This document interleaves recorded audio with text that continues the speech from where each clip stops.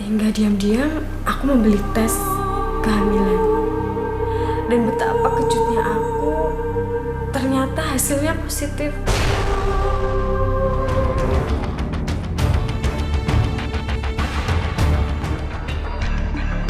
Waktu itu aku menyesal, aku menangis, takut, aku bingung. Kenapa ini semua harus terjadi?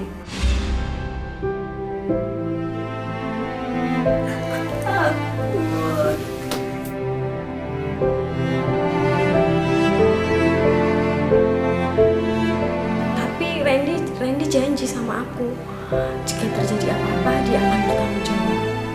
Kamu beneran mau tanggung jawab? Iya benar, tanggung jawab.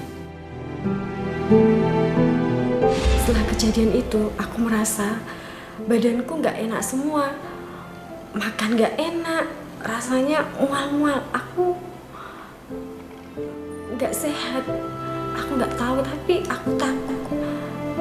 Aku berpikiran, apa aku hamil?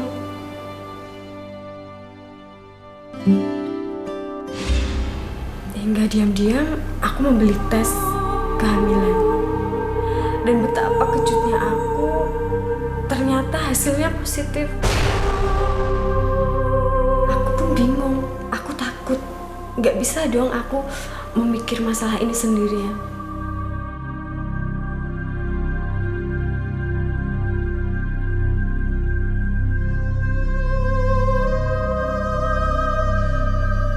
Aku ngambil keputusan untuk menemui Randy. Hari itu juga aku datang ke kosnya Randy.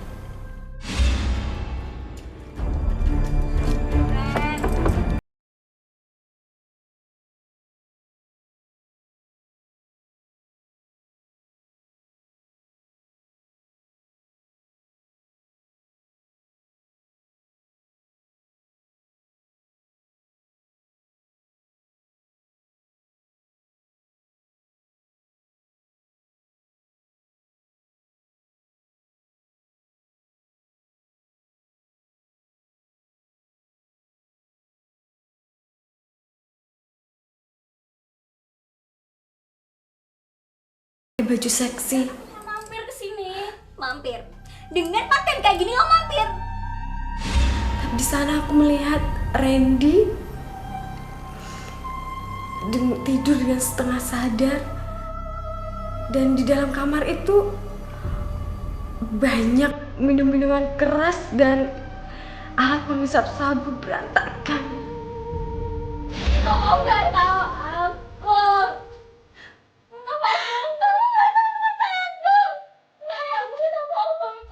Kamu nggak tahu apa yang udah aku alami, Sasa.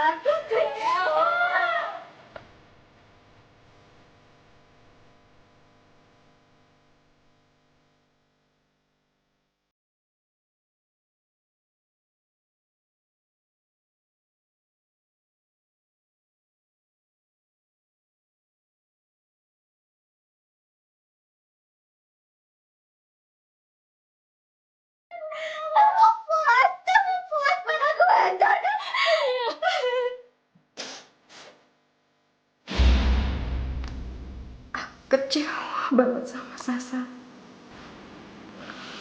Kenapa aku tidak mendengar apa kata orang tuaku?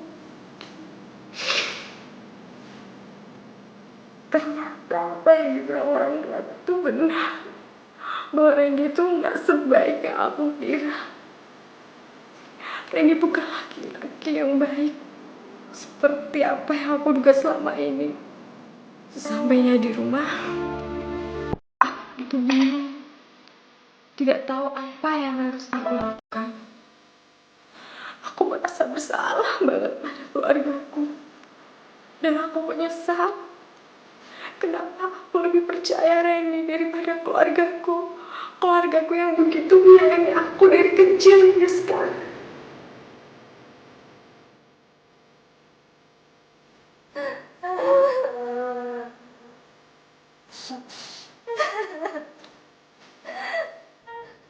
Hingga aku melihat racun serangga di pojokan kamar.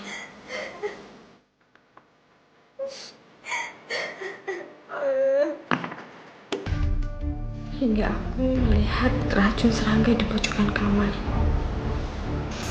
Hingga saat aku akan meminumnya,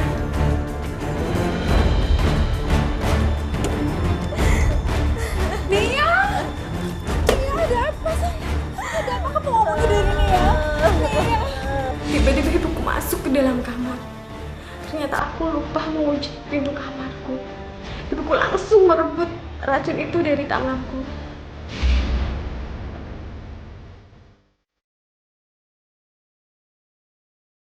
Aku hanya bisa menangis. Ibuku pun memeluk aku dengan menangis. Aku melakukan ini semua karena aku kecewa pada keluargaku yang sudah berusaha memisahkan aku dari Rene. Aku cuma bisa menangis. Dan aku tidak berani menceritakan apa yang sebenarnya aku alami. Aku malu, aku takut.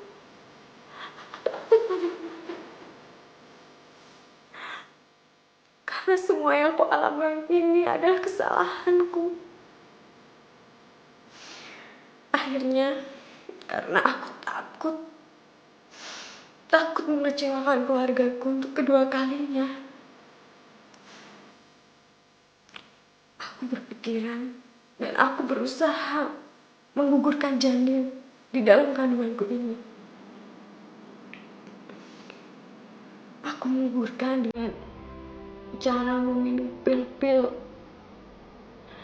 obat-obat keras, dan jamu-jamu tradisional. Tapi apa? Usaha yang aku lakukan sia-sia. Aku tetap positif. Dan janinku pun tetap masih ada dalam perutku. Tapi aku tidak mau berhenti dan berputus asa. Dan diam-diam aku mencari informasi tentang dukun beranak yang bisa mengaborsi janin. Aku berpikir dengan semua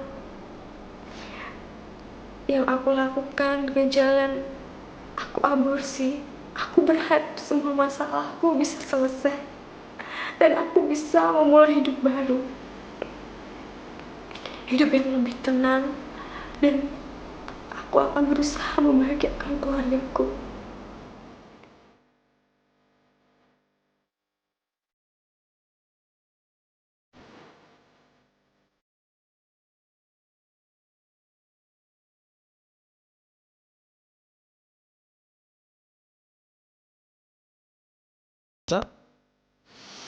Sekarang aku sudah dapat alamat dukun itu.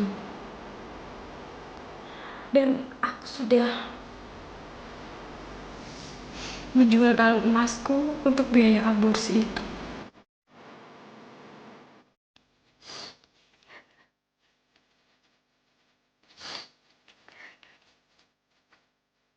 Tapi kini aku bingung. Aku ragu. Aku takut akan dosa. Aku takut perbuatanku ini menghantui hidupku selama-lamanya.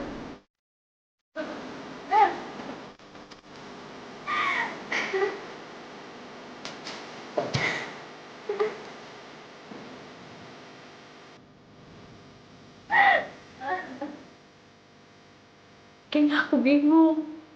Aku harus bagaimana? Aku bingung. Apa yang harus aku lakukan? Penyesalan selalu datang terlambat. Nia kini dihadapkan pada kenyataan yang sangat pahit. Niatnya untuk meminta pertanggungjawaban kepada Randy ternyata sia-sia. Hanya pengkhianatanlah yang didapatkan. Randy berselingkuh dengan Sasa, sahabatnya sendiri. Nia memang sangat menyesal. Tetapi tidak pernah ada kata terlambat untuk melakukan perbaikan. Nia ingin mengembalikan kehidupannya seperti dulu lagi.